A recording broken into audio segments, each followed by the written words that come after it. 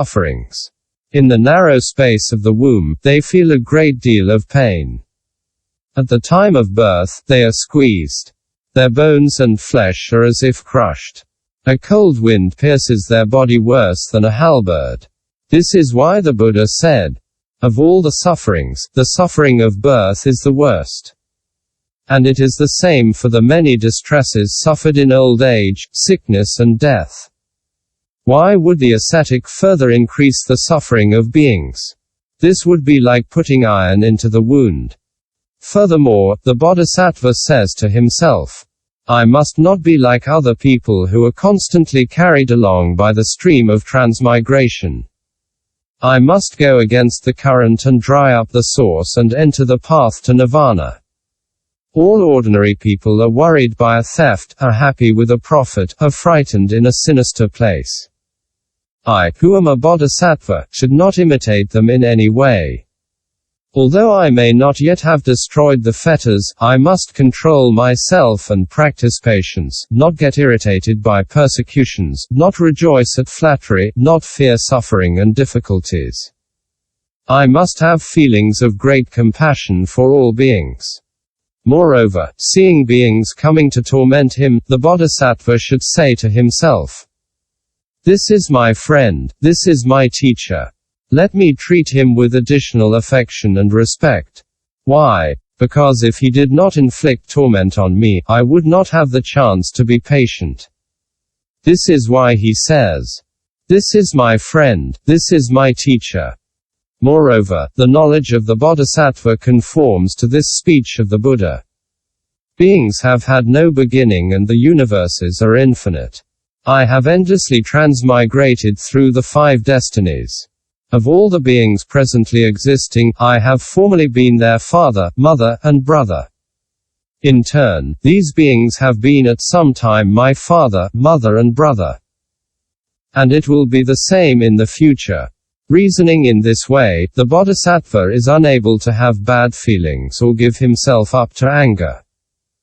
Moreover, the bodhisattva thinks, among all these beings, the family of the Buddhas is widely represented. To become annoyed at him is to become annoyed with the Buddha. If I become annoyed with the Buddha, everything is finished. Thus it has been said that this pigeon will later become a Buddha. At this moment, although it is but a bird, it should not be treated lightly.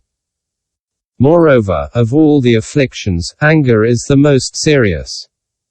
Of all the punishments inflicted for sin, the punishment reserved for anger is the most severe. Of all the other bonds, there is none as serious. Sakra's question. Che Tipo Na Min questioned the Buddha with this stanza. What must be killed in order to be safe? What must be killed in order to experience no repentance? What is the root of poison? What destroys all good? What must be killed in order to have praise? What must be killed in order not to feel sadness? The Buddha answered with this stanza. By killing anger, one is safe.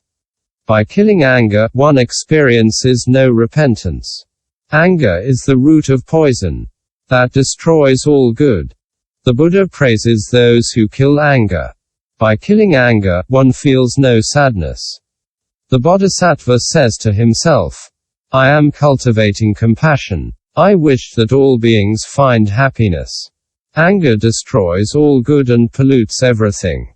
Why would I commit such a sin? If I feel anger and aversion, I lose my own benefits. How then could I lead beings to happiness? Moreover, the Buddhas and bodhisattvas considered great compassion as fundamental. If, for this compassion I substituted this anger that is a destructive poison, that would be especially inappropriate. If the bodhisattva loses the basis of compassion, would he deserve the name of bodhisattva? Where would his quality come from? This is why it is necessary to develop patience. If a being inflicts harm on me, I must think of this being's qualities, for, although at the moment this being is committing a fault, otherwise he possesses good qualities. As a result of these qualities, he should not be hated. Besides, if this man curses me or beats me, it is in order to correct me. He is like a goldsmith who cleans the gold by putting it in the fire so that only the pure gold remains. If I suffer injury, the cause of it is in my earlier lifetimes. Now I must pay. I should not be annoyed, but I should practice patience. Finally, the bodhisattva treats belongs with loving kindness, like little children. Now, in Jambudvipa, people feel very sad and the joyful days are rare. When they come to insult me or attack me, they have so much joy. Joy is so difficult to obtain that I will allow them to insult me. Why? Because from my first resolution, I have decided that they should find joy. Furthermore, in this world, beings are constantly tormented by illness. A cruel death constantly awaits them, like an enemy constantly spying on his opponent. How could an honest man not feel loving kindness and compassion for them? Furthermore, if one wanted to increase their suffering, this suffering would not affect anyone else before one experiences it oneself. By reasoning in this way, one will not become annoyed with them and one will develop patience. Moreover, it is necessary to consider the gravity of hatred. Of the 3 poisons, it has no equal. Of the 98 fetters, it is the most solid. Of all the sicknesses of the mind, it is the most difficult to cure. The hateful man does not distinguish between good and bad, between sin and merit, between profit and loss. He does not reflect. He will fall into the unfortunate destinies and will forget beneficent words. He neglects his reputation. He ignores the efforts of others and does not clean out his own physical and mental torments. Hatred having covered over his eye of wisdom, he devotes himself particularly to tormenting others. This is how RSI, who possessed the 5 supernatural powers, destroyed a whole country in the manner of an outcast simply out of hatred, even though he practiced pure asceticism. Finally, the hateful man, like the tiger or wolf, is hard to withstand. Like a pernicious ulcer, it pierces and easily becomes poisoned. The hateful man is like a poisonous snake that people look at without pleasure. When a man accumulates anger, his bad feelings develop and he ends up in unexpected crimes. He kills his father and rebels against the Buddha. The schism of Kausambi. The bhiksus of the kingdom of Kyu Chan Mi were quarreling amongst themselves for futile reasons. The feelings of anger increased and they were split into 2 groups.